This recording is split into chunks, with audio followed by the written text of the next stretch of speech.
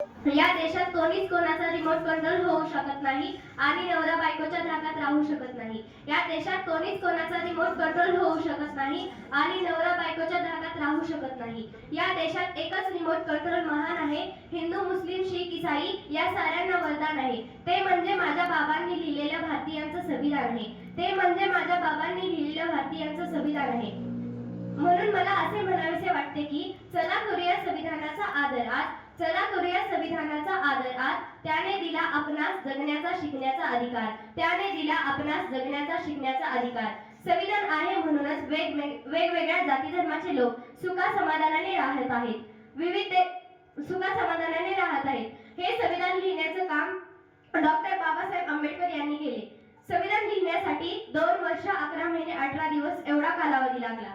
नको राजशाही, नको ठोकशाही. नको राजशाही, नको ठोकशाही. संविधानाने दिले आम्हा महान लोकशाही. संविधानाने दिले आम्हा महान लोकशाही.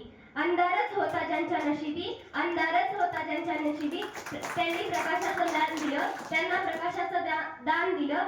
तुमचे मानावे किती उपकार बाबासाहेब, तुमच्यामुळेच देशाला संविधान, तुम्हीच देशाला संविधान दिलं. तुमचे मानावे किती उपकार बाबासाहेब, तुम्हीच देशाला संविधान दिलं. धन्यवाद.